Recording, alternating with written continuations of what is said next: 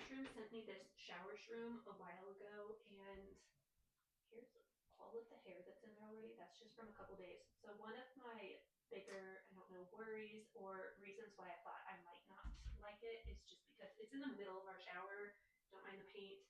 Um, so I wasn't sure about it because I didn't want to be like, it's not a super big shower, and it's right in the middle.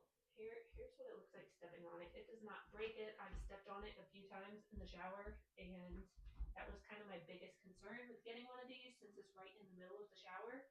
But stepping on it is not an issue. It flexes. It doesn't hurt. Even this part is flexible, so it does not hurt at all, and it pops off to clean, so it's not breaking it. But overall, this thing has been great, and I love this. It collects all my hair, so definitely get one of these.